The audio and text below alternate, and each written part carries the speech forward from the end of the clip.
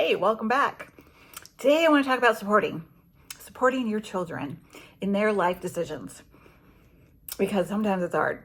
You have, when they lay that brand new baby in your arms, you think the world is their oyster. Everything is possible. They can be anything. And then they tell you, I want to be a peanut butter sandwich. You're like, okay, be a peanut butter sandwich. That sounds fantastic. I want to be a fireman. I want to be a lawyer. I want to be a doctor. I want to be a policeman. All those things that kids say, and you laugh because you're like, okay, I want to be a Pokemon. I want to be, those silly things that your kids want to be when they're little. I want to be Barney. Aging myself with that one. But these things that your kids want to be when they're little, it's so cute. And you're like, of course I will support them in any decision they make because I love them and I want them to be happy. And so I'm going to support them in every decision they make. And then suddenly they don't want to go to college. They've decided they don't need to go to college. Okay. All right. Okay. And then they've decided they don't need to really have a job. Oh, okay. You can't live in my house forever. To remind them of that, you got to move out on your own. They said, I'm sure I can find a job that'll be fine. Oh, okay. And you can be supportive. Of course, you need to be supportive. And as they were little, you're going to do this, you're going to do that. Yeah.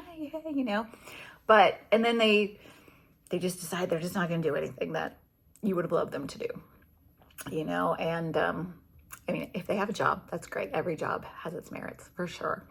And, if they're working and they're supporting themselves, hopefully, or at least getting closer to supporting themselves every day. But it was hard. My first son, he went off to college and he was like, oh yeah, I'm going to get a degree in economics, go to law school. So he went off to college and he did great. He graduated, no problem. And then my second son, he did start law school, but it didn't work out. And, which was heartbreaking for him, because there was some other stuff he couldn't control. And so he didn't get to do that, at least not yet. Then my second son, he went off to college and took him a while. He got his 2 years done. And then he went, I don't need college, which, not everybody needs college. Not every job needs college, for heaven's sakes, but I don't need college. Okay, that's fine. You don't need college. And so then he worked, he was a USDA inspector for a potato farm or potato something in Idaho for a while. And then he did windmills for a while. He was up in these wires, and it was kind of scary the way he was up in all these things, and, training to get way up in those little things and oiling and this and that. And he was busy doing that. And then he decided, I don't really like that either. And then he started installing electrical or, utility panels that can be read by your computer, that can be read at a distance. What do you call that? Remotely. So he started installing those, and he did that for a while. I don't really like that. Then he started at the Mayo Clinic as a DOS, and that was good for a while. And then he said, I don't really like that. And so then he went on to work as an assistant to some doctors in a group, which he's still doing now. He's doing it remotely because he lives way up north, nowhere near Mayo Clinic. But they wanted him to stay, so they put him remotely when he moved up with his wife, when her job transferred. But while he was doing that, before they moved, he said, yeah, I think I want to be a hospital administrator. I was like, okay, how do you be a hospital administrator? He's like, well, I got to get my degree. So he went back to school. He went back, it was during 2020, so he was able to do everything online. And he graduated with his degree in hospital administration. But now he's decided he wants to do something totally different. He wants to do highway patrol. That scares me to death. I'm like, I never wanted my children to go into law enforcement. I just, so many things you hear. You only hear about the bad apples, but it's just so many things, and it scares me. And the idea of he's constantly carrying a gun, as an ex-teacher, guns freak the heck out of me because of the fact that, we have active shooter training all the time, and drills all the time. I mean, I enjoy target shooting, but that would be it. Nothing but targets. So he wants to do that, which is like, are you sure hospital administration sounds so safe? So he's doing that, hopefully doing that. And then my third son went to college, graduated. He's now in his master's degrees, getting 2 master's degrees. and it's fully paid for by the University of Utah, and it's fantastic. My daughter, she kind of got lost during 2020 when, she didn't want to do remotely. She didn't feel like she could do remotely because she tried remote in high school, and it wasn't a disaster. It wasn't great. But she just graduated just last month. And so now she's down in Kansas City with her first grown-up job and her college job. And then JT, he is in the Navy. Now, I did not have a great attitude about the military because to me, I was like, the military is scary, sort of like a highway patrol or a police officer. You got guns, you got wars, you've got places in the world that are not stable, and you might have to go there. So when he decided he wanted to go in the military, I can't say I was the happiest person in the world. I was not. But I knew I needed to be supportive, and I knew he also kind of vacillated a lot, so he might change his mind. So we'll be supportive, but hoping he changes his mind. Well, he did not. He is in the Navy, and he has been for 3 years. And he was stationed in Sicily. We went to visit him back in September. And now he's in Norfolk, and he is a E5.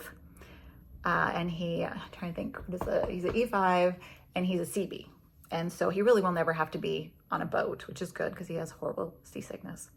So he loves the Navy some days, hates the Navy some days, indifferent about the Navy some days. So, but he went a totally different direction than anyone else, which is fine.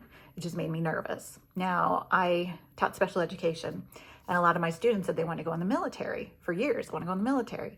And I was like, oh, okay. I don't really know what it entails. I mean, my grandfather fought in World War II. My dad fought in Vietnam, but it was like, it doesn't sound good. Do you have to go to war? That sounds horrible. But as soon as JT went in, I saw how much he was kind of scattered. Like life was just, and he had troubles with this and troubles with that. And this was good and this was good. No, it's kind of flighty. And, it's changed him so much. I mean, he can concentrate on things. He can do a job.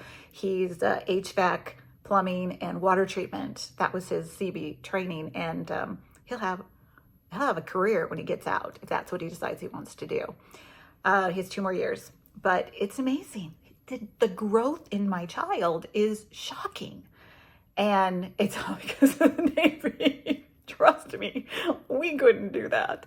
And I realized he matured along the way. 3 years is a long time.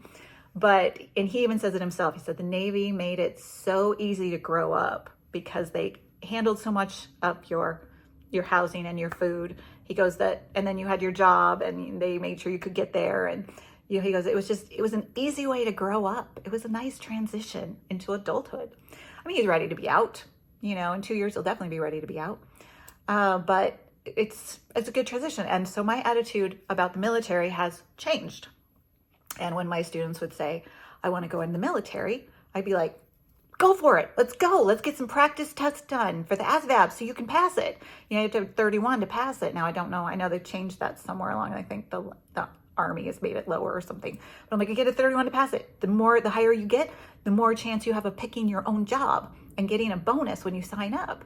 There's all these great things. The military has got some great things. It really does. And I think it's a great career choice for a lot of people.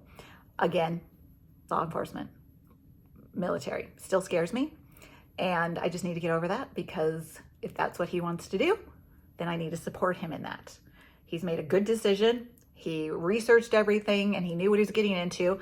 And what I didn't like was when I researched it, boot camp, it looks like a nightmare, a literal nightmare. I don't think I could have handled it. But he researched it, he did it, he did fine. We didn't get to go see him in his not graduation, but when they walk across and not across stage, I don't know. We didn't get to go, so I really don't know in Chicago, but we did watch some videos and I was like really disappointed because it's 2020, we didn't get to go. And then when he graduated from A school, didn't get to go again because it's 2020, but we were able to go to Sicily in 2022, which was great to see him. And the growth he's made is amazing. So I'm happy with the Navy. But I guess my big point is you need to support your children in their decisions, even if they're not the decisions you would make, because you're not them, they're them. And you might have to pick up the pieces of a bad decision they make. And you might have to eat crow of a good decision they make that you didn't really like. And so being supportive of your children is extremely important. And I hope you are supportive of your children, even if they're going to make some different choices that you may have not made in your life and have not made in your life and would not have made in your life, because they're individuals. They're not little yous. They're their own person. Hey, thanks so much for stopping by today. If you like this video, please, or if you enjoyed this video, please like it and subscribe if you haven't subscribed yet. And I'll see you later.